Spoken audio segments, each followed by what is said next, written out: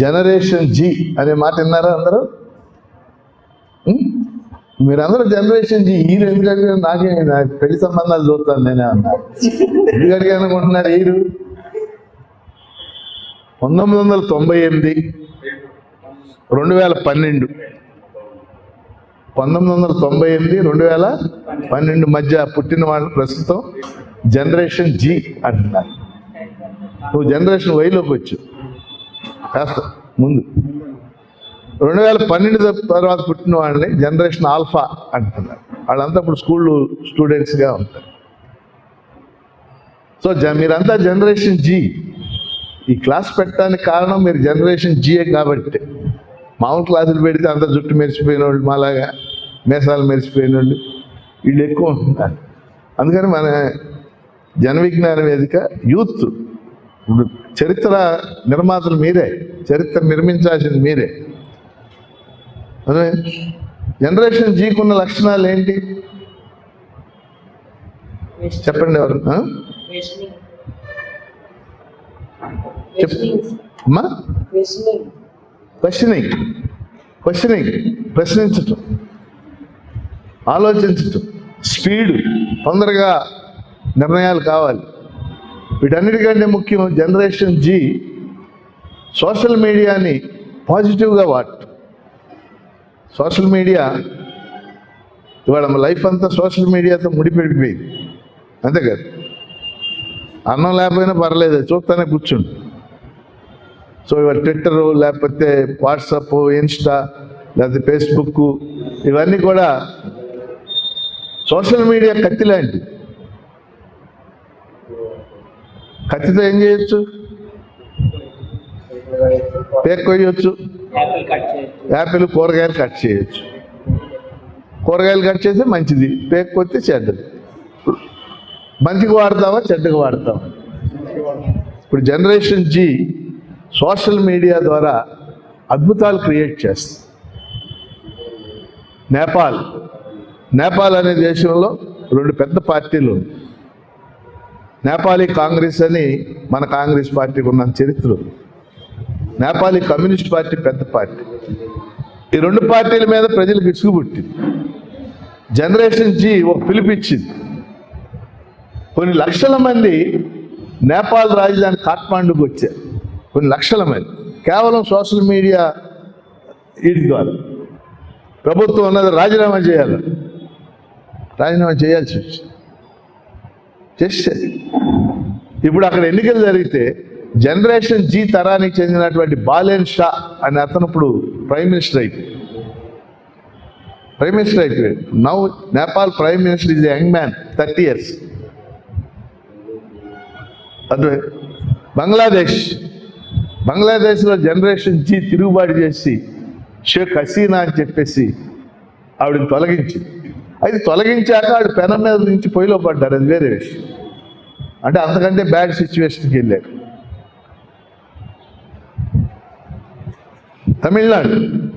తమిళనాడులో 60 ఏళ్ల నుంచి అధికారం 2 పార్టీలు, డిఎంకే, అన్నాడీఎంకే. ఏమన్నా 2 పార్టీల పేర్లు? డిఎంకే గుర్తు ఉదయిస్తున్న సూర్యుడు, రైజింగ్ సన్. అన్నాడీఎంకే గుర్తు 2 ఆకులు.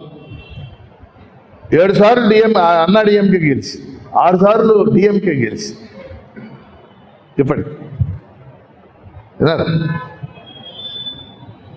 కానీ సినీ నటుడు విజయ్ పార్టీ పెట్టాడు. ఆ 2 మీద అసంతృప్తి ఉంది. ఉన్న వాళ్ళనే గెలిపించుకుంటూ వచ్చారు ప్రజలు. విజయ్ పార్టీ పెడితే ఏమనుకున్నాం మళ్ళంటి వాళ్ళందరం, ఏదో సినిమా గ్రామర్తో పెట్టాడు, దీనికి నిర్మాణం లేదు, కార్యకర్తలు లేరు. కార్యకర్తలని తెలుసు కదా, ప్రచారం చేసి. బూత్ కమిటీలు లేవు. బూత్ కమిటీలు అంటే బూత్కి తీసుకెళ్ళి ఓటు వేయించాలి కదా, ఏమీ లేవు. అదే అందరం నేను కూడా మాట్లాడు. విజయ్ తరపున నిలబడినటువంటి అభ్యర్థులు సగం మంది నామినేషన్ వేసేసి ఎవరింట్లో వాళ్ళు పడుకున్నారు. గెలవని గారికి ఈ గొడవ అంతా మనకి ఎందుకు? ఫలితాలు ఏం తెలియజేసింది? విజయ్ పార్టీ గెలిచేసి 108 సీట్లు వచ్చేసి, ఎమ్మెల్యేలు గెలిచి. ప్రధానమైన కారణం జనరేషన్ జీ. సోషల్ మీడియా ద్వారా కుమ్మేశారు. ప్రతి గ్రామంలో ప్రతి మనిషికి వెళ్ళిపోయింది సోషల్ మీడియా. ఆ రెండు కాకుండా ఇంకొకళ్ళు ఎన్నుకోవచ్చు అనేటటువంటి దీన్ని వాళ్ళు క్రియేట్ చేశారు. అర్థమైంది? ఎంత పెద్ద మార్పు అది కళ్ళలో కూడా ఊహించాం కదా. ఆయన కూడా ఊహించుండడు, ఎవరు విజయ్ కూడా ఊహించుండడు. మే 15 సుప్రీంకోర్టు ప్రధాన న్యాయమూర్తి సూర్యకాంత్ మిశ్రా ఒక కేసు విచారణ సందర్భంగా నిరుద్యోగుల్ని యువకుల్ని బొద్దింకలు అన్నాడు. అంటే ఇప్పుడు బాధపడతా ఉంటాడు, ఎందుకు అన్నానా అని చెప్పి. బొద్దింకలు, వాడు పెద్ద బొద్దింక. ఏం జరిగింది అనగానే అభిజిత్ దీప్కే ఎక్కడో బోస్టన్లో చదువుకుంటున్నాడు, అమెరికా దగ్గర బోస్టన్ అను, అక్కడ చదువుకుంటున్నాడు. బోస్టన్ అనే పేరు విన్నారా? బోస్టన్ టీ పార్టీ అని జరిగింది. టీ పార్టీ అంటే టీ పార్టీ కాదు, అది టీ తీసుకెళ్ళి సముద్రంలో పారిపోయింది. అమెరికా విప్లవానికి అదే కారణం. ఎక్కడో అభిజిత్ దీప్కే ఆన్లైన్లో నేను కాక్రోచ్ జనతా పార్టీ పెడుతున్నా, బొద్దింకల జనతా పార్టీ అంత ఆన్లైన్లోనే అన్న 15 రోజులకి 20 రోజులకి ఆ పార్టీలో 2 కోట్ల మంది సభ్యులుగా చేరే 20 మిలియన్ 2 crores ఆయనే ఊహించలే. ఇదంతా దేని ద్వారా సాధ్యమైంది? సోషల్ మీడియా ద్వారా సాధ్యం. సరే, ఇండియాకి వెళ్దాం. ఆ టైంలో ఏం జరిగింది? మే 3వ తారీఖున నీట్ ఎగ్జామ్ జరిగింది. 22 లక్షల మంది పిల్లలు రాశారు. పేపర్ లీక్ అయ్యి, లీక్ చేసిన వాళ్ళు వచ్చింది, మీరు చూసారు లేదు? పేపర్లో ప్రశ్నలు ఇచ్చిన వాళ్ళే లీక్ చేశారు. అని ఎంత తెలివిగలవాళ్ళు చూడు. సో పేపర్ లీక్ అయింది, 22 లక్షల మంది రాశారు. లీక్ అయిన 15 రోజుల పాటు సుమారు 14-15 మంది ఆత్మహత్యలు చేసుకున్నారు. ఎంతో తెలుసు కదా, నీట్ ఎగ్జామ్ అంటే చాలా ఒత్తిడితో కూడుకుని ఎంబీబీఎస్ సీట్ రావటం. ఆత్మహత్యలు 15 మంది ఆత్మహత్యలు చేసుకున్నారు. అలాగే సిబిఎస్ఈ అని ఒక ఎగ్జామ్ జరిగింది. సిబిఎస్ఈ తెలుసు కదా మీకు ఎగ్జామ్. ఆ ఎగ్జామ్లో వాళ్ళు ఏం చేశారంటే కొత్తగా +2లో సిబిఎస్ఈ వాళ్ళు మార్కింగ్ చేసే విధానం, మామూలుగా మనకి పేపర్లు పరీక్ష రాస్తాం కదా, పరీక్ష ఏం చేస్తారు? ఎగ్జామినర్లు వచ్చి ఆ పేపర్లు తిప్పుతారు. ఈ పేపర్లను ఏం చేశారంటే స్కాన్ చేసి ఆన్లైన్లో పెట్టారు. ఎగ్జామినర్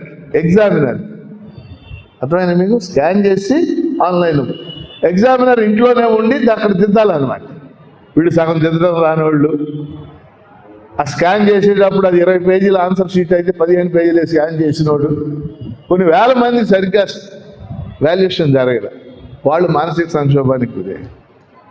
అభిజిత్ దీప్కే ఇండియాకి వచ్చేటప్పుడే డాక్టర్ అంబేద్కర్ రాజ్యాంగం పుస్తకం పట్టుకుని దిగాడు ఫ్లైట్లో వచ్చి. ఢిల్లీ జంతర్ మంతర్ దగ్గర కాక్రోచ్ జనతా పార్టీ ఆధ్వర్యంలో ఆందోళన ప్రారంభం. ఇక్కడ కూడా విశేషం ఏంటి? ఆందోళన ప్రారంభమైన తర్వాత సోనం వాంగ్చుక్ ఆమరణ నిరాహార దీక్ష చేసి, తెలుసు కదా. జూలై 20 చలో పార్లమెంట్ పిలిపించారు జంతర్ మంతర్ దగ్గర. జంతర్ మంతర్ అంటే అర్థమైందా మీకు? ఎక్కడ ఉంది జంతర్ మంతర్? ఢిల్లీలో. అంటే ధర్నా చౌక్ అన్నమాట. ధర్నాలు చేసే చౌక్, పెద్ద ప్లేస్ ఏం కాదు అది. సోనం వాంగ్చుక్ని 15 రోజులు పోలీసులు తీసుకుపోయారు. పిలిపిస్తే కొన్ని వేల మంది వచ్చేసారు ఢిల్లీ, వేలు కాదు లక్షల మంది. దేని ద్వారా వచ్చారు? మళ్ళీ వీళ్ళంతా సోషల్ మీడియాలో చూసి వచ్చారు, ఎక్కడెక్కడో రాష్ట్రాల వాళ్ళు వచ్చేసారు. సో పెద్ద ఎత్తున జరిగింది. దానికి అభిజిత్ దీప్కే,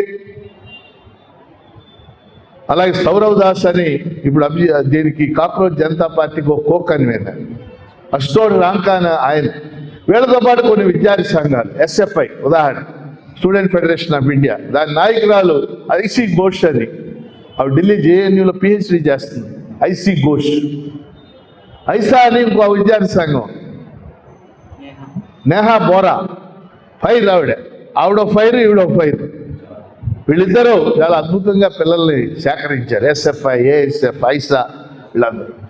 20వ తారీఖున జరిగినటువంటి ఆ ఇన్సిడెంట్లో పోలీసులు దారుణంగా బిహేవ్ చేసి పెల్లెట్ గన్స్ వాడారు. పెల్లెట్ గన్స్ అంటారు అంటే తుపాకీ గుళ్ళు కాదు, గుళ్ళు అయితే చచ్చిపోవడమే కదా మనిషి. ఆ గన్స్ వచ్చి మనకు గాయాలు చేస్తాయి అన్నమాట, ఆ పెల్లెట్స్ వచ్చి అవి వాడారు. లాఠీలకి మేకులు కొట్టి వాడాడు. ఇప్పుడు లాఠీతో ఇష్టం వచ్చిన సేపు కొట్టుకుంటే మంచిదే, మనకు ఒళ్ళు గట్టిపడదు. కానీ వాడు లాఠీలకి ఏం వాడాడు? మేకులు కొట్టాడు. 100 మంది స్టూడెంట్స్ హాస్పిటల్లో చేరాల్సి వచ్చింది. బాష్పవాయు ప్రయోగించాడు. దీనికి అనుబంధంగా జూలై 25న పాట్నాలో ఓ ప్రదర్శన జరిగింది. ప్రదర్శనలో జరిగితే AK-47 రైఫిల్ వాడటానికి రెడీ అయిపోయాడు అక్కడ కానిస్టేబుల్. AK-47 రైఫిల్ ఎవరి మీద వాడతారు అనుకుంటున్నారు? ఉగ్రవాదుల మీద. తీవ్రవాదులు కాదు, ఉగ్రవాదులు వేరు, తీవ్రవాదులు వేరు. అర్థమైందా? నక్సలైట్లు తీవ్రవాదులు, ఉగ్రవాదులు వేరు. వాళ్ళ మీద వాడాలి. అంత దారుణంగా పోలీసులు బిహేవ్ చేసి, కానీ చాలా జెన్యూన్గా శాంతియుతంగా ఒకటే డిమాండ్: ధర్మేంద్ర ప్రధాన్ రాజీనామా చేయాలి. ధర్మేంద్ర ప్రధాన్ ఎందుకని? విద్యా మంత్రి, లీక్ అవడానికి ఆయన కారకుడు. కాబట్టి జనరేషన్ జీ ఉద్యమం ఎంత ప్రభావాన్ని కలిగించిందంటే ధర్మేంద్ర ప్రధాన్ రాజీనామా చేశాడా లేదు? వెంటనే లీకేజీలు అరికడుతూ చట్టం చేసింది మోడీ ప్రభుత్వం. ఇప్పుడు బిల్ పాస్ చేశారు. ఓ టాస్క్ ఫోర్స్ వేశారు నందన్ నేలాక్ అనే ఆధ్వర్యం. లీకేజీలు ఎలా అరికట్టాలి అంటే.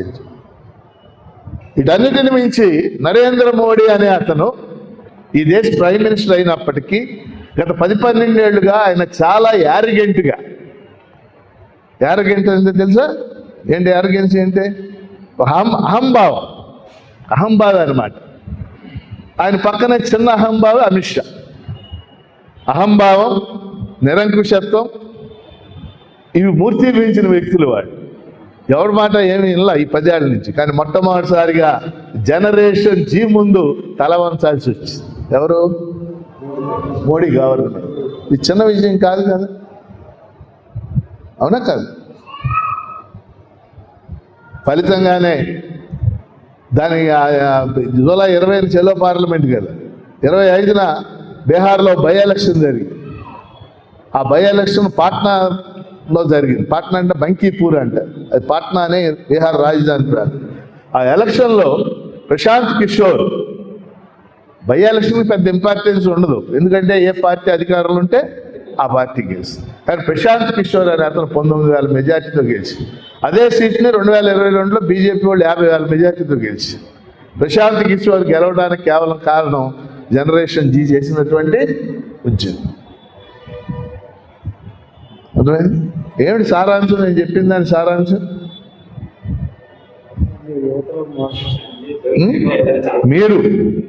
మీరంటే ఎవరు? మీరంతా జనరేషన్ జీ.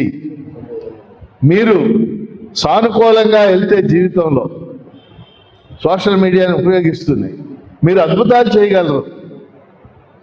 అది అభిజిత్ దీప్తి అని ఒక కుర్రాడు నిరూపించాడు. ఒక కుర్రాడు, అతను ఎవరో 2 నెలల క్రితం మనకు తెలుసా పేరు? తెలుసా? తెలీదు. కానీ ఇప్పుడు రోజు ఆయన గురించి నేనే 50 సార్లు మాట్లాడాల్సి వస్తుంది. అద్భుతాలు చేశారు. మనం అలాంటి ఆలోచన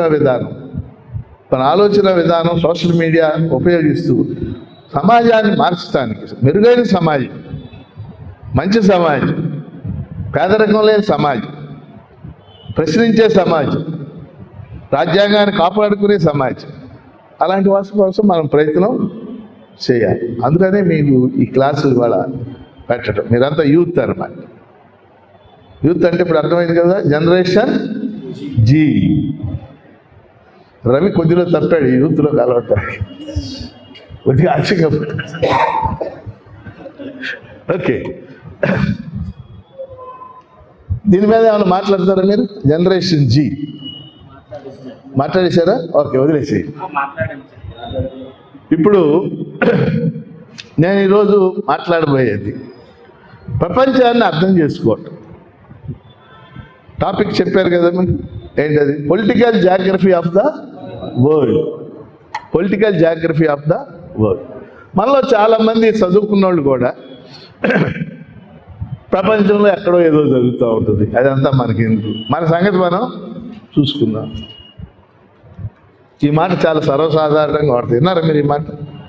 ఎక్కడో ఏదో జరుగుతుంది, అమెరికాలో ఏదో జరుగుద్ది, ఫ్రాన్స్లో ఏదో జరుగుద్ది, లండన్లో ఏదో జరుగుద్ది. ఇదంతా మనకి ఎందుకు? మన పని మన ఊళ్ళో మన కానీ మన ఊళ్ళో సంగతులు మనతో ముడిపడి ప్రపంచంతో ముడిపడు. ఇప్పుడు మొన్న ఇరాన్ యుద్ధం ప్రారంభమైంది.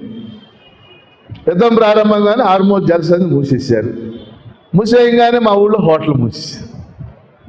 పొద్దున్నే మా ఇంటి దగ్గర హోటల్ అతను ఉంటాడు, సార్ మీకు తెలిసిన వాళ్ళకి చెప్పి ఒక గ్యాస్ సిలిండర్ ఇప్పించండి అని బతిగా 10 రోజులు ఆ హోటల్ తెరుచుకోవాలి. ఎక్కడో హార్మోజ్ జలసంధిలో యుద్ధానికి మా ఇంటి పక్కన ఉన్న హోటల్ మూసేయటానికి సంబంధం ఉందా లేదా? ఉందా లేదా? మరి అదే కదా ప్రపంచం అంటే, అవునా కదా? డొనాల్డ్ ట్రంప్ నిర్ణయం చేయబోతున్నాడు రేపు. వాల్ స్ట్రీట్ జర్నల్ ఈరోజు రాసింది. ఆ నిర్ణయం ఏంటంటే, అమెరికా చదువుకోవడానికి వెళ్ళిన విద్యార్థులు, మీరు కూడా వెళ్ళొచ్చు రేపు అమెరికా కదా మన దేశం నుంచి ఎక్కువ మంది వెళ్ళేది. డ్రీమ్ ప్రాజెక్ట్ కదా అమెరికా వెళ్తాం అనేది. అమెరికా వెళ్తాం, వెళ్ళి ఎంఎస్ చేస్తాం. ఎంఎస్ చేశాక అక్కడ ఓపీటీ అని చేస్తాం, ఆప్షనల్ ప్రాక్టికల్ ట్రైనింగ్ అని చేయాలి. చేస్తేనే ఏదైనా ఉద్యోగం రావడానికి అవకాశం. ట్రంప్ ఇప్పుడు నిర్ణయం రేపు ప్రకటించబోతున్నాడు, రేపు కానీ ఎల్లుండి కానీ. ఆప్షనల్ ప్రాక్టికల్ ట్రైనింగ్ చేయాలంటే ఎంఎస్ అవ్వగానే $1,00,000 కట్టాలి. అర్థమైందా? వీడు అమెరికా వెళ్తాకే అరిపోతుంది. వీళ్ళ అమ్మ నాన్న 20 లక్షలు 30 లక్షలు అప్పు చేసి పంపి. $1,00,000 అంటే ఎంత? ₹1,00,00,000, 95 లక్షలు. ఎవరు కడతారు? ఇప్పుడు అమెరికా వెళ్దాం అనుకునే భారతీయ పిల్లల కళలు చెదిరిపోయినట్టే కదా. వెళ్తుంది, తప్పే ఉంది, ఎవరైనా వెళ్ళొచ్చు. మా అమ్మాయి కూడా వెళ్ళింది. Now she is in United states.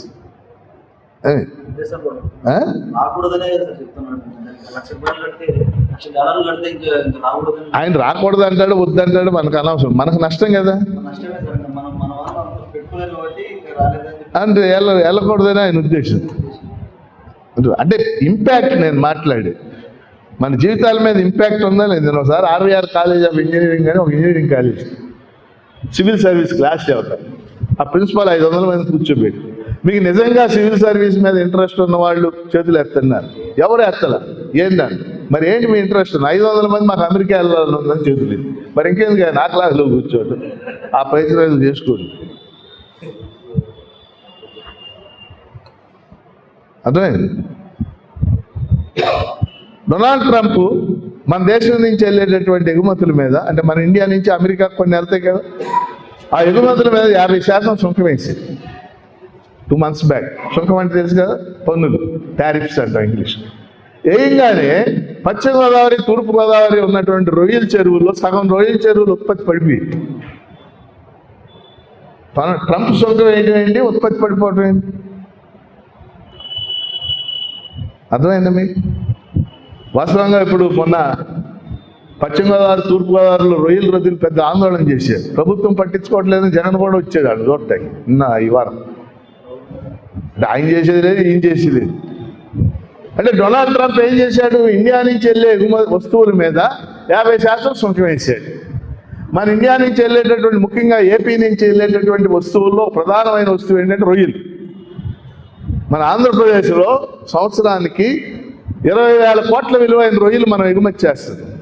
ఈ 20,000 కోట్ల విలువైనటువంటి రొయ్యల్లో 15,000 కోట్ల విలువైన రొయ్యలు ఒక అమెరికాకే వెళ్తాయి. అర్థమైంది? ఇప్పుడు ఇండియా ఆంధ్రప్రదేశ్ నుంచి అమెరికాకి వెళ్ళే రొయ్యలు కిలోకి 2,000 అనుకుందాం, కాసేపు కరెక్ట్ కాదు, 2,000. ట్రంప్ 50% సుంకాలు వేసే ఎంత అవుతుంది అప్పుడు? 3,000. అంతే కదా, 3,000 అవుతుంది అక్కడికి వెళ్ళేసరికి. మొన్నదాకా 2,000. ఇప్పుడు కొలంబియా ఏమందంటే 2,000కి నేనే ఇస్తాను మీకు రొయ్యలు అని, కొలంబియా అనేది దేశం. దాంతో ఆంధ్ర నుంచి వచ్చే రొయ్యలు ఎగుమతి ఆగిపోయింది. అర్థమైందా? ఏమైంది అప్పుడు? ఉత్పత్తి పడిపోయింది. ఇప్పుడు రొయ్యలు ఉత్పత్తి చేయాలా వద్దా? చూసారు ట్రంప్ నిర్ణయానికి మీ ఊళ్ళో రొయ్యలు పండించడానికి సంబంధం. విశాఖపట్నంలో బ్రాండెక్స్ అనే కంపెనీ, విన్నారు ఈ మాట? బ్రాండెక్స్. ఆ కంపెనీలో రోజు 30,000 మంది మహిళలు పనిచేస్తారు. 30,000. విశాఖపట్నం చుట్టుపక్కల గ్రామాల నుంచి మహిళలు అందరూ పొద్దున్నే బస్సుల్లో వచ్చేస్తారు. అమ్మ వాళ్ళే తీసుకొస్తారు. మళ్ళీ సాయంత్రం దించేస్తారు. ఈ 30,000 మంది వచ్చి ఏమిటి వాళ్ళు ప్రొడ్యూస్ చేసేది? బట్టలు గార్మెంట్స్ అంటాం కదా, ఆ బట్టలను ప్రొడ్యూస్ చేస్తారు. ఈ బట్టలన్నీ అమెరికాకి ఎగుమతి అయ్యి, ఈ బట్టలన్నీ ఎక్కడికి ఎగుమతి అవుతాయి? అమెరికాకి ఎగుమతి అవుతాయి. ఒకసారి మా అమ్మాయి నా కోసం టీషర్ట్ తెచ్చింది అమెరికా నుంచి. మా ఇంటికి తెచ్చాక చూస్తే దాని వెనకాల మేడ్ ఇన్ ఇండియాను, అంటే ఇండియా నుంచి అమెరికా వెళ్ళి అమెరికా స్టోర్స్కి వెళ్ళి మా అమ్మాయి నా కోసం టీషర్ట్ తెచ్చింది. ఎక్కడి నుంచి మళ్ళీ ఎక్కడికి వచ్చింది? అది ఇండియా. అంటే అది ఏ బ్రాండెక్స్లో తయారయ్యాడు. ట్రంప్ 50% సుంకాలు వేసాక ఈ బట్టలు వెళ్ళటం ఆగిపోయింది. ఈ 30,000 మంది పని లేదు. అంటే మీరు జనరేషన్ జీ చాలా తక్కువగా ఆలోచిస్తారన్న, ఇమీడియట్గా అయిపోవాలి. కానీ అట్లా ఉండదు సమాజం. ఎక్కడో జరిగింది, ఇక్కడ ప్రభావం. ఇప్పుడు నేను చెప్పినవన్నీ ప్రభావాలు మీ కళ్ళ ముందే జరిగినాయా లేదా? జరిగినాయి కదా. ఇప్పుడు హార్మోజ్ జలసంధి యుద్ధం ఇంకో 3 నెలలు జరుగుంటే ఏం జరిగేది అనుకుంటున్నారు? నేను జరగాలని కోరుకున్నాను, నిజం చెబుతుంది. కారణం ఏంటంటే మనం కూడా పొయ్యిల మీద ఎలా వండుకోవచ్చు, కట్టెలతో ఎలా వండుకోవచ్చు. గ్యాస్ పొయ్యిలు ఉండేవి కాదు. మనం కూడా కట్టెలు కొట్టుకొచ్చి అది తెలియాలి అసలు జనానికి, కట్టెలు ఎలా ఉంటాయో. ఈ తరానికి కట్టెలు తెలియవు కదా, అర్థమైంది. కాబట్టి this is a global world. ఇది ప్రపంచీకరణ జరిగిన ప్రపంచం. ఇది గ్లోబలైజేషన్ అంటే. What is globalisation? Globalisation. Globe చిన్నదైపోయింది. ఎక్కడో ఏదో జరుగుతుంది, ఇక్కడ ప్రభావం. ఎక్కడైనా మనం అవకాశాలు పొందొచ్చు. అందుకని జనరేషన్ జీగా ఉండే మనం ప్రపంచాన్ని అర్థం చేసుకోవాలి. అదే ఈరోజు క్లాస్. సో దాన్ని మీకు కొద్దిసేపు నేను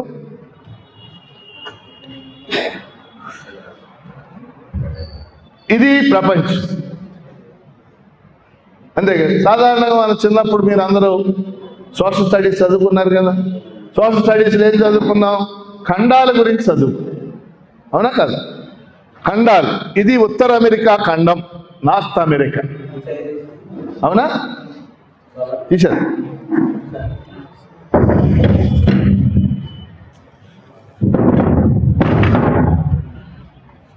ఇది ఉత్తర అమెరికా ఖండం, నార్త్ అమెరికా. ఇది దక్షిణ అమెరికా ఖండం. ఇది ఆఫ్రికా. ఇది యూరప్. ఇది ఏషియా. ఇది ఆస్ట్రేలియా. ప్రపంచంలో 6 ఖండాలు ఉంటాయి. ఈ 6 కూడా మనుషులు ఉన్న ఖండాలు. మనుషులు లేని ఖండం ఒకటి ఉంది, అంటార్కిటికా. అది మంచు ఖండం. ఇవన్నీ చిన్నప్పుడు మీరంతా చదివి ఉంటారు. నేను చెప్పదలుచుకుంది, ఈ ఖండాలలో పొలిటికల్ రీజియన్స్ ఉంటాయి. ఇవాళ అది మెయిన్ పాయింట్, పొలిటికల్ రీజియన్. మీరు అది హెడ్డింగ్ పెట్టండి ఇట్లా, వేరియస్ రీజియన్స్. హెడ్డింగ్ అది, various regions. Various regions of the world, of the world. ఇప్పుడు మీకు ఒక్కొక్క ఖండం గురించి నేను చెప్పి కొన్ని మీకు రాయిస్తాను. ఉదాహరణకి ఇప్పుడు ఇదంతా కూడా ఏషియా. నేను ఈ చేయి తిప్పే ప్రాంతం అంతా కూడా ఆసియా ఖండం. ప్రపంచంలో పెద్ద ఖండం ఏదంటే ఆసియా ఖండం. ఇది మనకు తెలిసిందే. కానీ ఇప్పుడు రీజియన్స్ అంటే ఏంటి? ఇప్పుడు ఇది India, this is India. Pakistan, Afghanistan, India, Nepal, Bhutan, Sri Lanka, ఇది శ్రీలంక, మాల్దీవ్స్ ఎక్సెట్రా. ఈ పార్ట్ని బాగోలేదు ఇలా చెప్పాను, ఉంచుదా అక్కడ చెప్తా. ఈ పార్ట్ని ప్రపంచ రాజకీయాల్లో అంటే ఇండియా చుట్టుపక్కల పార్ట్ ఉంటుంది చూసారు, దాన్ని సౌత్ ఏషియా అంటారు. ఏమంటారు? ముందు వినండి, తర్వాత చెప్తాను. South Asia. ఇప్పుడు ఉదాహరణకి పాకిస్తాన్కి ఇండియాకు ప్రాబ్లం వచ్చింది అనుకోండి, there is a problem in South Asia అంటాడు America. There is a problem in South Asia అంటాడు బ్రిటిష్ వాడు. మనం ఎక్కడ ఉన్నాం అంటే ఏషియాలో. ఏషియాలో ఎక్కడ ఉన్నామంటే సౌత్ ఏషియాలో. సౌత్ ఏషియాలో ఎక్కడ ఉన్నామంటే ఇండియాలో. ఇండియాలో ఎక్కడ ఉన్నామంటే ఆంధ్రప్రదేశ్. అదే అలానే దీన్ని ఏ విధంగా అయితే సౌత్ ఏషియా అన్నామో ఇక్కడ ఈయన వేలు తిప్పేటటువంటి ప్రాంతాల్లో ఒక 6-7 దేశాలు, థాయిలాండ్, సింగపూర్, మలేషియా, విన్నారు ఈ పేర్లన్నీ? Thailand, Singapore, Malaysia, Brunei, Indonesia, ఈ దేశాలు, ఇలాంటి దేశాలు ఉన్న ప్రాంతాన్ని సౌత్ ఈస్ట్ ఏషియా అంటారు. ఏమంటారు? అది సౌత్ ఏషియా. ఇదేమిటిది? South East Asia. ఇది చైనా, ఇది ఓకే. ఇది జపాన్, ఈ దీవులు జపాన్. ఇది నార్త్ కొరియా, ఇది సౌత్ కొరియా. తెలుసు కదా, ప్రపంచంలో 2వ ప్రపంచ యుద్ధం తర్వాత 3 దేశాలు చీల్చివేయబడి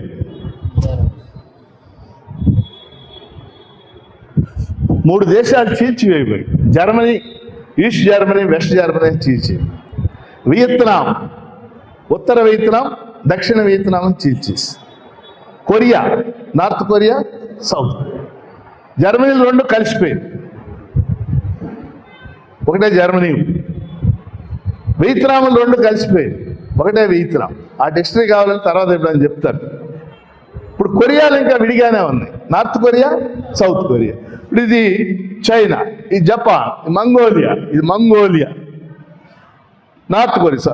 ఈ దేశాలన్నీ ఉన్న ప్రాంతాన్ని ఫార్ ఈస్ట్ అంటారు ప్రపంచ రాజకీయాలు. ఏమంటారు?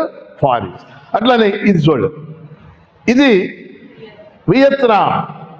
ఏంటి దేశం పేరు? వియత్నాం. యాక్చువల్గా 1954 నుంచి 75 దాకా ఉత్తర వియత్నాం, దక్షిణ వియత్నాం. వియత్నాం దగ్గర ఇంకో 2 దేశాలు ఉన్నాయి, వియత్నాం, కంబోడియా, లావోస్. ఏంటది? Vietnam, Cambodia, Laos.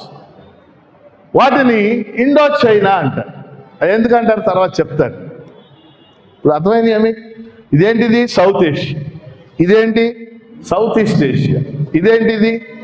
Far East. ఇదేంటిది? Indochina. ఇంకో ముఖ్యమైన ప్రాంతం గురించి మీకు చెప్తాను. ఇది కజకిస్తాన్. ఈ గ్రీన్ కనపడుతుంది చూశారు?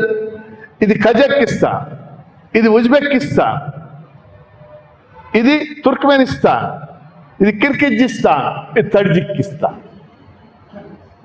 వాస్తవంగా 1917లో రష్యాలో విప్లవం జరిగి లెనిన్ నాయకత్వాన యుఎస్ఎస్ఆర్ అనే దేశం ఏర్పడింది. ఏంటది? Union of Soviet socialist republics. దాన్నే మనం సోవియట్ రష్యా అన్నాము.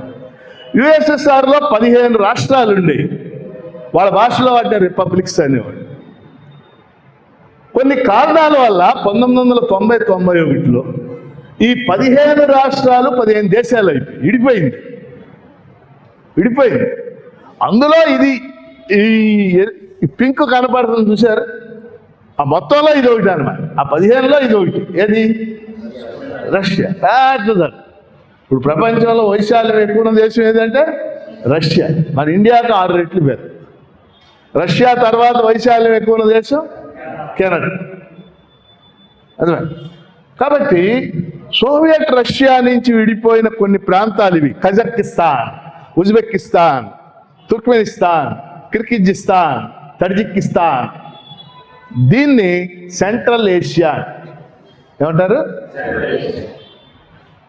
అంటే ఏషియా చాలా పెద్దది కదా, అందుకని ఇన్ని భాగాలు ఉంటాయి అన్నమాట. ఇంకో ముఖ్యమైన భాగం ఉంది ఇక్కడ చూడండి. ఇప్పుడు నేను ఏలు తిప్పుతున్నటువంటి ప్రాంతం, ఈ ప్రాంతం ప్రపంచంలో కీలకమైన ప్రాంతం. ఎందుకని అక్కడ ఏమున్నాయి? ఆయిల్ ఉంది కాదు. ఆయిల్ ఒక చుక్క కూడా లేకుండా ఈ రాత్రికి అయిపోయింది అనుకుంటా, ఆ దేవుడు తొంగి కూడా చూడు. అమెరికా వాడి ప్రేమ అంతా ఇక్కడే ఉంది. ఎందుకని?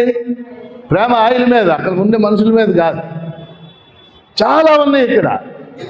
ఇరాన్ ఉంది, ఇరాక్ ఉంది, సౌదీ అరేబియా ఉంది, కువైట్ ఉంది, జోర్డాన్ ఉంది, సిరియా ఉంది, ఇజ్రాయిల్ ఉంది, పాలస్తీనా ఉంది, యుఏఈ ఉంది. యుఏఈ అంటారు, యునైటెడ్ అరబ్ ఎమిరేట్స్. షార్జా, విన్నారా, మస్కట్, వీటన్నిటిని యుఏఈ అంటారు.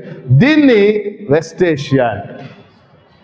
కాబట్టి ఒక రీజియన్ మీకు అర్థమైంది అనుకోండి, అప్పుడు ఆ రీజియన్లో ఉన్న ఇష్యూస్ ఏంటనేది మీకు స్టడీ చేయటం రేపు పేపర్లో వస్తుంది అనమాట.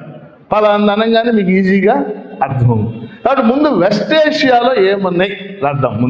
రాయండి ముందు సౌత్ ఏషియా, ఒకదాని కింద ఒకటి రాయండి. ఒకటి south Asia. South Asia dash పెట్టి ఇండియా, పాకిస్తాన్, నేపాల్,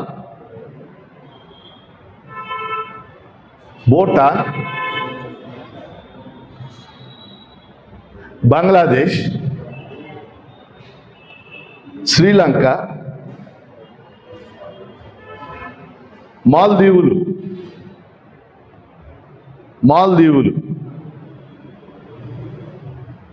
ఏమా అర్థమైంది సౌత్ ఏషియా అంటే?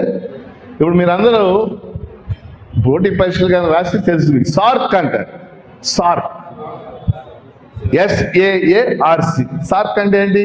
South Asian association for regional, అంటే సౌత్ ఏషియన్ కంట్రీస్ తమలో తాము కోఆపరేట్ చేసుకోవడానికి, అది పనిచేయట్లేదు వేరే విషయం, పని చేసుకోవడానికి ఏర్పాటు చేసిన సంస్థని సార్క్. సార్క్ అర్థం కావాలనుకోండి మనం సౌత్ ఏషియా అర్థం కావాలి. Which of the following countries not a member of the SAARC అంటాడు. 3 అయినా ఇస్తాడు, కాని ఇస్తాడు. సౌత్ ఏషియా అంటే అర్థమైందా? Right. 2 south East Asia. South East Asia ఇది సౌత్ ఈస్ట్ ఏషియా. ఈ part south East Asia dash పెట్టి Thailand,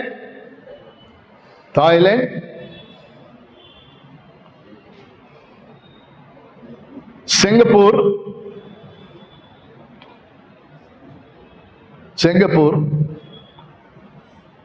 Malaysia,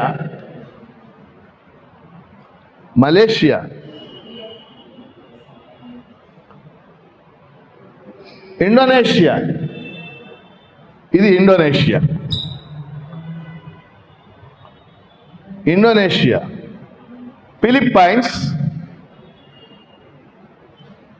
Philippines, Brunei, BRUNEI, Brunei, Myanmar,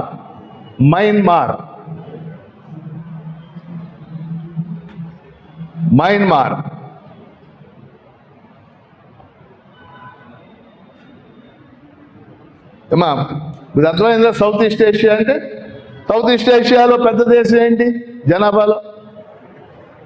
Thailand ఉంది, సింగపూర్ ఉంది, మలేషియా ఉంది. పెద్ద దేశం ఏంటి? ఇండోనేషియా జనాభా 17-18 కోట్లు, పెద్ద దేశం అని. ఓకే, నెక్స్ట్ 3వ రీజియన్ ఇండో చైనా. ఇండో చిన్న డాష్ పెట్టి చైనా.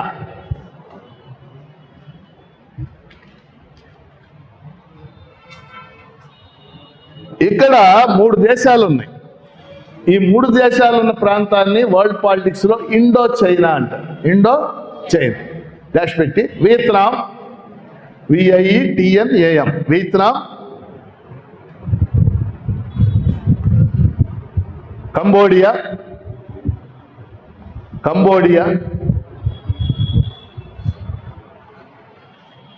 Laos, LAOS, Laos. ఎందుకంటే దాన్ని ఇండో చైనా అంటారు ఆ ప్రాంతాన్ని?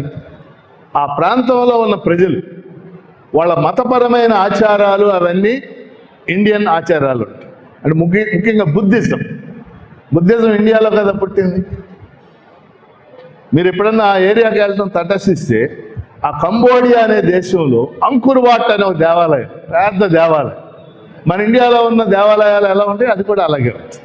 అంకుర్ వాట్ అంటే ఆ 3 దేశాల్లో ఉన్న మతపరమైన ఆధ్యాత్మికపరమైన అంశాలు ఇండియాలో అలా. ఆ మనుషులు భౌతిక పరంగా భౌతిక రూపాలు ఉంటుంది, చైనా వాళ్ళలాగా ఉంటారు. చైనా వాళ్ళు భౌతిక రూపాలు మీకు తెలుసు కదా, అట్లా ఉంటారు. అట్లా next okay 4 far east. Next far east.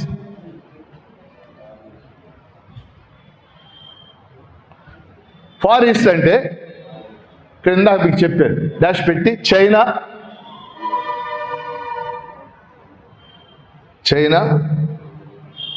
Japan,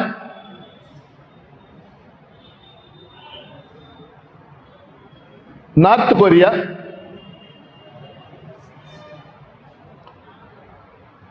south Korea, ఇది సౌత్ కొరియా,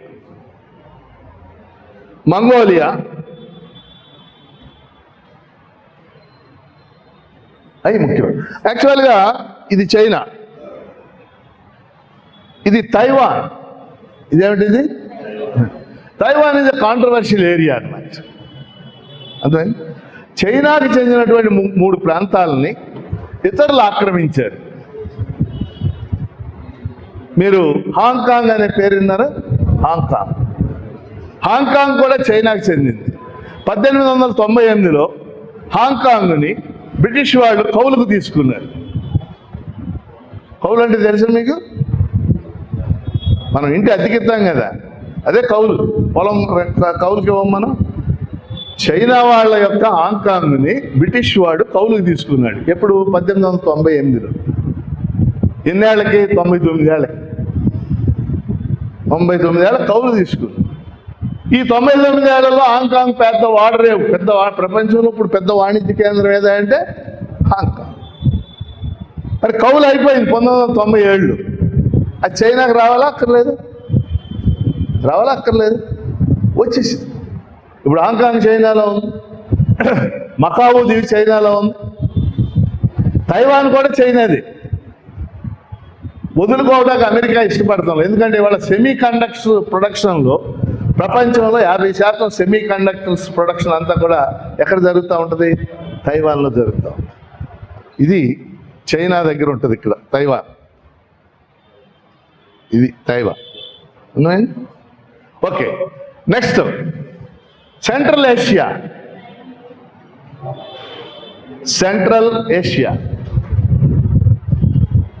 ఏంటమ్మా?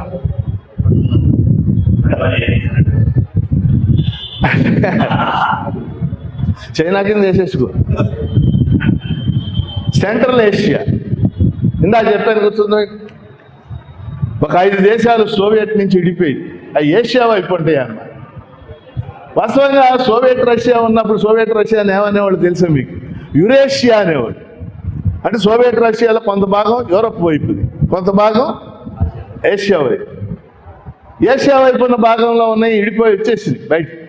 ఏమిటి ఆ దేశాలు? సెంట్రల్ ఏషియా డాష్ పెట్టి కజకిస్తాన్,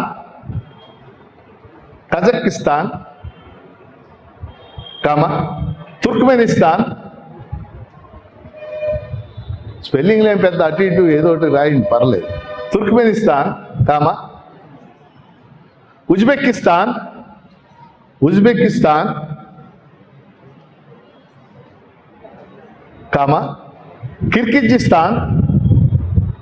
కిర్గిజిస్తాన్,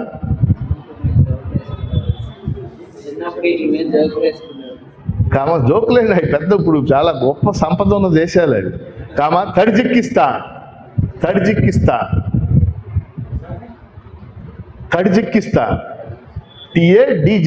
తజికిస్తాన్. 5 వచ్చినాయా? ఇది కజకిస్తాన్, ఇది ఉజ్బెకిస్తాన్, తుర్క్మెనిస్తాన్, కిర్గిజిస్తాన్, తజికిస్తాన్. ఈ 5 దేశాలున్న ప్రాంతాన్ని ఏమన్నారండి వరల్డ్ పాలిటిక్స్లో? Central Asia. ఇప్పుడు మీకు ఎన్ని వచ్చినాయో చూసారు మీకు ఏషియాలో? ఇక్కడ ఏమొచ్చినాయి? South Asia. ఇక్కడ ఏమొచ్చినాయి? South East Asia. ఇక్కడ ఏమొచ్చినాయి? Indo China. ఇక్కడ ఏమొచ్చింది? ఫార్ ఈస్ట్ అంటే తూర్పు వైపు దూరంగా ఉన్నాయని అర్థం. ఇక్కడ ఏమొచ్చినాయి? సెంట్రల్ ఏషియా వచ్చింది. Central Asia. Next West Asia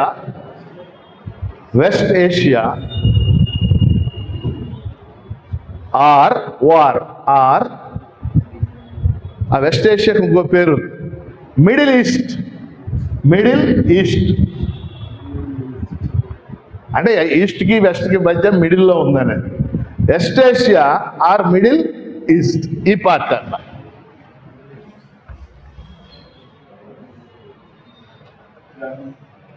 ఏమిటివి? Iran, Iran comma Iraq, Iraq comma Saudi Arabia, Saudi Arabia comma Kuwait, Kuwait comma Jordan, Jordan comma Syria, Syria SYRIA Syria comma Israel, Israel comma Palestine, Palestine comma UAE, UAE ఏంటి UAE అంటే? United Arab Emirate. ఇప్పుడు Sharjah, Muscat విన్నారు కదా పేర్లు మీరు. వాటన్నిటిని కలిపి 7 ఉంటాయి ఆ ప్రాంతాలు, వాటిని UAE అంటారు. ఒక్కోదానికి ఒక రాజు ఉంటాడు, వాళ్ళందరూ కలిపి ఫారిన్ పాలసీ ఉంటుంది అందుకని దాన్ని UAE అంటారు. కాబట్టి ఈ దేశాలన్నీ ఈ ప్రాంతాన్ని West Asia or Middle East అంటారు. ఏమిటి ఇక్కడ ఎందుకు ఆ ప్రాంతం మీద ఎంత చర్చ ఉంటుంది? 2 కారణాలు. ఒకటి, ఆ ప్రాంతంలో ఉన్న ఆయిల్ నిక్షేపాలు. యునైటెడ్ స్టేట్స్ ఆఫ్ అమెరికా దృష్టి అంతా ఆ ప్రాంతం మీదే ఉంటుంది.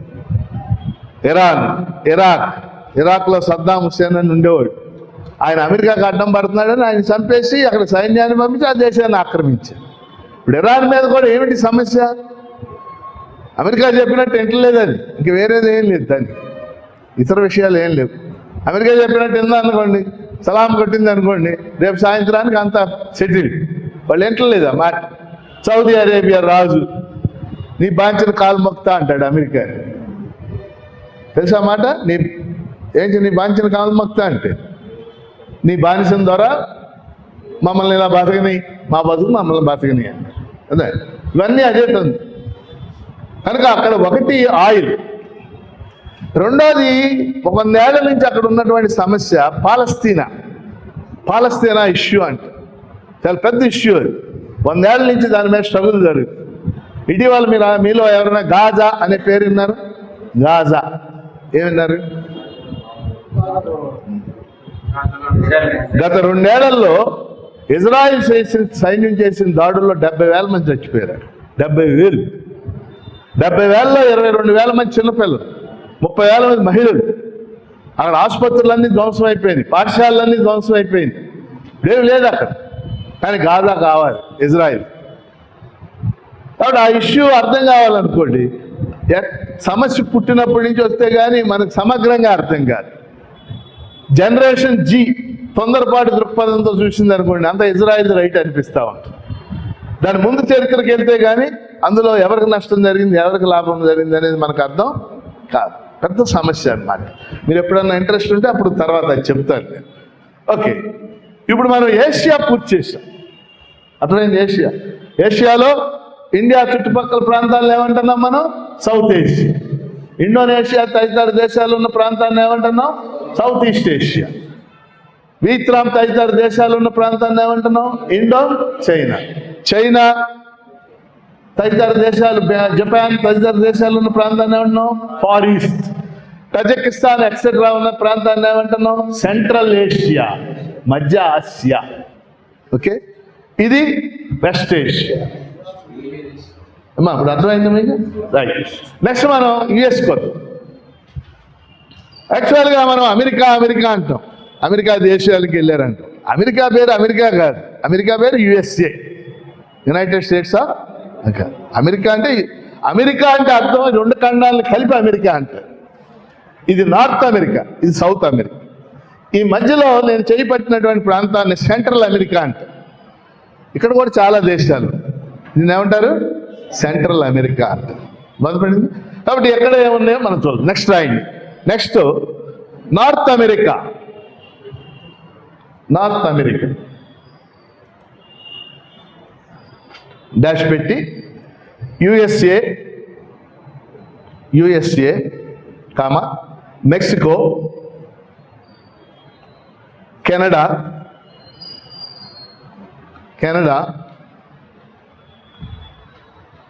క్యూబా, ఇది కెనడా, ఇది USA United States of America, ఇది మెక్సికో, ఇది క్యూబా CUBA. విన్నారా క్యూబా పేరు? ఎవరు క్యూబా గొప్ప నాయకుడు? ఫైడల్ కాస్ట్రో. చెగువేరా కాస్ట్రో కలిపి పోరాటం చేశారు. చెగువేరా కాస్ట్రో 1958లో క్యూబాకి విప్లవం వచ్చింది. ఇప్పుడు క్యూబాను ఏమైనా సరే దెబ్బతీయాలనేది, అమెరికా కేవలం 90 మైళ్ళ దూరంలో ఉంటుంది క్యూబా. ఈ పార్ట్ మొత్తాన్ని కూడా అమెరికా, నార్త్ అమెరికా అంటారు. నెక్స్ట్ పెట్ట South America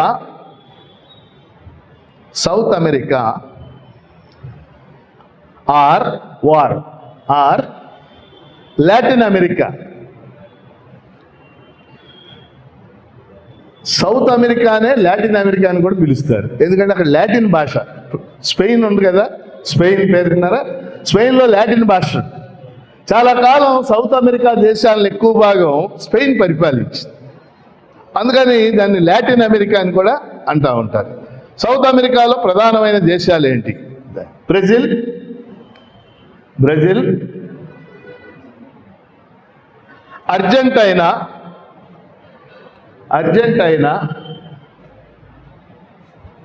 Chile,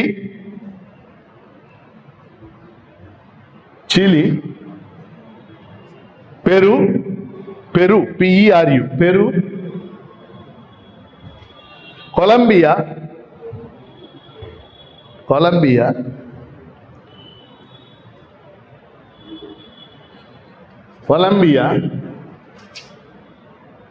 Ecuador, Bolivia, Venezuela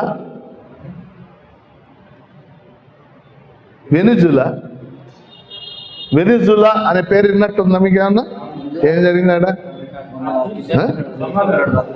ప్రపంచంలో ఉండే ఆయిల్ నిక్షేపాల్లో 18% వెనిజులాలో ఉంది. ఇది వెనిజులా 18%. మొన్నటిదాకా జనవరి దాకా వెనిజులాలో మదురో అని ఆయన పరిపాలిస్తున్నాడు.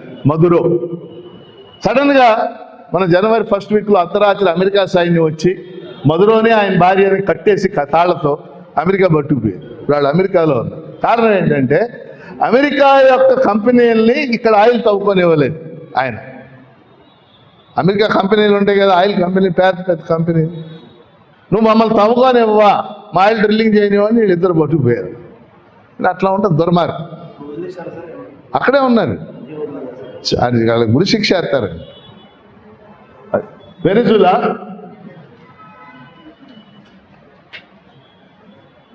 బొలీవియా రాష్ట్రమా? Venezuela, Suriname, SURINAM, Suriname, Uruguay,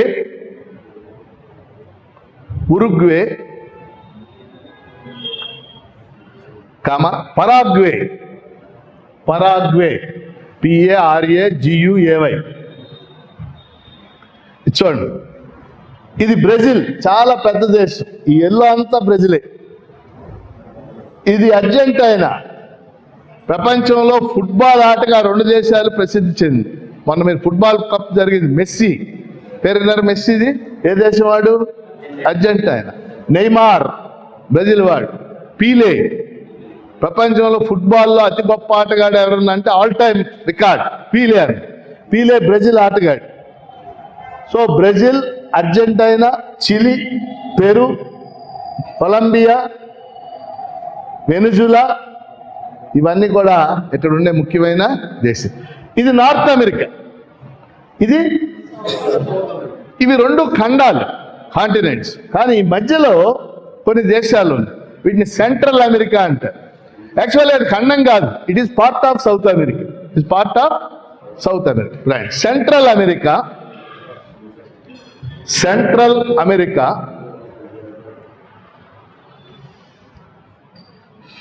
central అమెరికాలో కొన్ని ముఖ్యమైన దేశాలు ఉన్నాయి. ఓకే. హైతీ, HAITI, హైతీ. ఇది హైతీ అనే దేశం. హైతీ, పనామా. పనామా అనేది కాలం ఉంది, పనామా అనే దేశం ఉంది. Panama. Nicaragua. Nicaragua. Nicaragua. Costa Rica.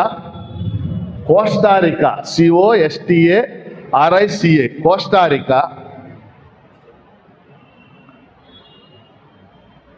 El Salvador. El Salvador, El Salvador, అదో దేశం. El Salvador. Guatemala. Guatemala, GAUTEMALA, Guatemala. Guatemala. Belize. Belize, BELIZE, Belize. ఇవన్నీ ఇక్కడే. ఇది Guatemala, El Salvador, Nicaragua, Costa Rica, Belize, BELIZE, Belize, Haiti. ఇక్కడ ఒక విషయం చెప్పాలి. ఇప్పుడు మనం వెస్ట్ ఇండీస్ అంటాం. వెస్ట్ ఇండీస్ క్రికెట్ టీం గురించి విన్నారు మీరు? వెస్ట్ ఇండీస్ క్రికెట్ టీం అంట. వాస్తవంగా వెస్ట్ ఇండీస్ అనే దేశం లేదు.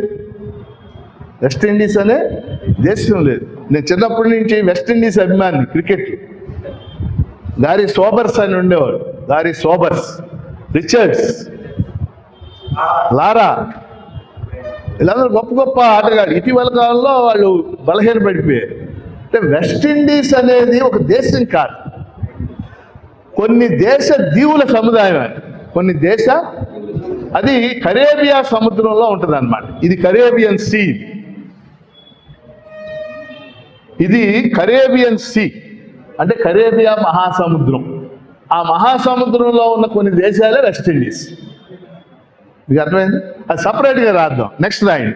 వెస్ట్ ఇండీస్ దేశాలు or West Indies countries. West Indies countries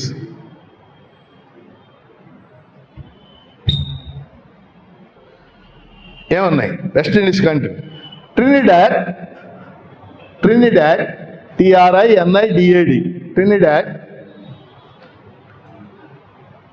comma. Tobago. Tobago, comma. Barbados. Barbados. Barbados, comma. Antigua, ANTIGUA, ANTIGUA, Antigua. అవి చూడండి. Barbados, Trinidad, Tobago, Antigua. ఇది Antigua. ఇవన్నీ కలిపి దేనికదే ఒక దేశం. ట్రినిడాడ్ ఒక దేశం, బార్బడాస్ ఒక దేశం. క్రికెట్ టీం వచ్చేసరికి ఏం జరుగుద్ది? ఈ దేశాల్లో ఆ దేశం నుంచి ముగ్గురు ఆటగాళ్ళు, ఈ దేశం నుంచి ముగ్గురు ఆటగాళ్ళు కలిపి ఏమవుద్ది? వెస్ట్ ఇండీస్ టీం అవుతుంది. అర్థమైందా మీకు? ఆ దేశాలన్నీ కూడా కరేబియన్ సీలో ఉంటాయి అన్నమాట. కరేబియా మహాసముద్రం. సో ఇది నార్త్ అమెరికా, ఇది సౌత్ అమెరికా, ఇది సెంట్రల్ అమెరికా. అర్థమైంది? Central America. Central America is not a continent, it is a region. It is part of south America. Central అమెరికాలో ఉండే ముఖ్యమైన దేశాలు అది. ఓకేనా? నెక్స్ట్ దానికి వద్దాం. ఆస్ట్రేలియా. ఆస్ట్రేలియా వాస్తవంగా ఇది ఆస్ట్రేలియా మీ అందరికీ తెలుసు, చాలా పెద్ద దేశం. జనాభా తక్కువ, వైశాల్యం ఎక్కువ. ఇప్పుడు మన ఇండియా నుంచి చాలా మంది ఆస్ట్రేలియా వెళ్తున్నారు. మీరు కూడా ఇంట్రెస్ట్ ఉన్న వాళ్ళు వెళ్ళొచ్చు. కొన్ని ముఖ్యమైన నగరాలు ఉన్నాయి ఆస్ట్రేలియాలో. అయితే Melbourne, Sydney, Perth, Canberra, Australia capital Canberra, ఇవన్నీ కూడా ఉన్నాయి. సాధారణంగా ఆస్ట్రేలియా ఖండమే దేశం కూడా మామూలుగా, కానీ ఇందులో కూడా చిన్న చిన్న దేశాలు ఉన్నాయి. రైట్. ఆస్ట్రేలియాలో ఆస్ట్రేలియా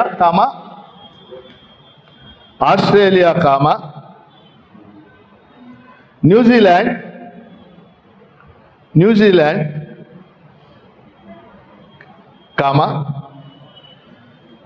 పాపువా న్యూ గినియా, ఇదో దేశం పాపువా న్యూ గినియా,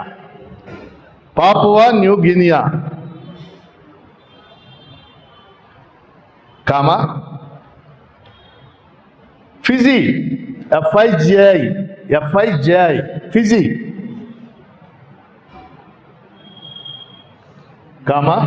తువాలు, TUVALU తువాలు, ఇదో దేశం. అంటే తువాలు అంటే ఒక దేశం, అది అంతా కలిసి మన గవర్నర్ పేట అంత ఉంటుంది, అది ఒక దేశం అక్కడ తువాలు. నెక్స్ట్ కిరిబాటి, KIRIBATI కిరిబాటి, ఇది ఫిజీ, FIJI ఫిజీ, ఇదో దీవెన దేశం.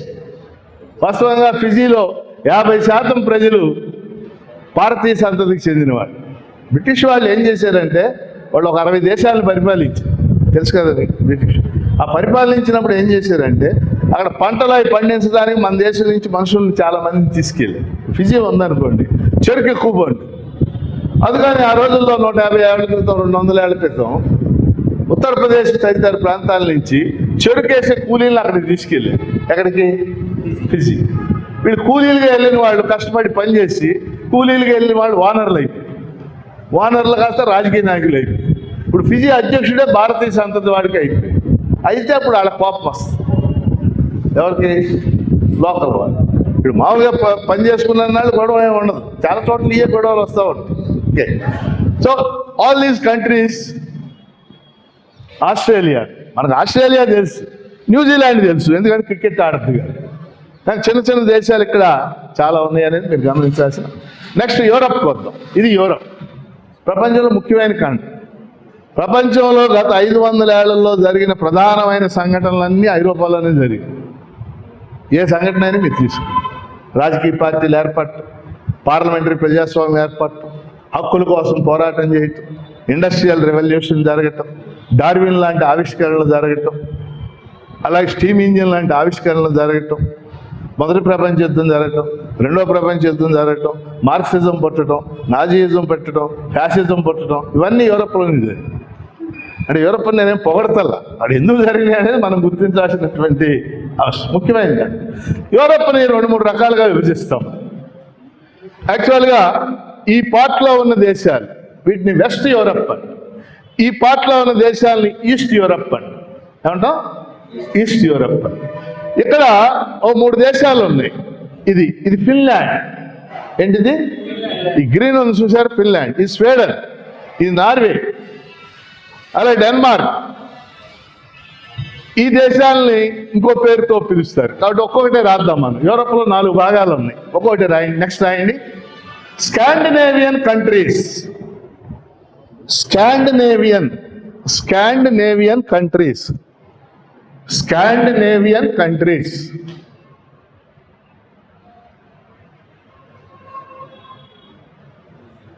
ఏమిటి స్కాండినేవియన్ కంట్రీస్ అంటే? ఇవి ఫిన్లాండ్, FINLAND, ఇది ఫిన్లాండ్.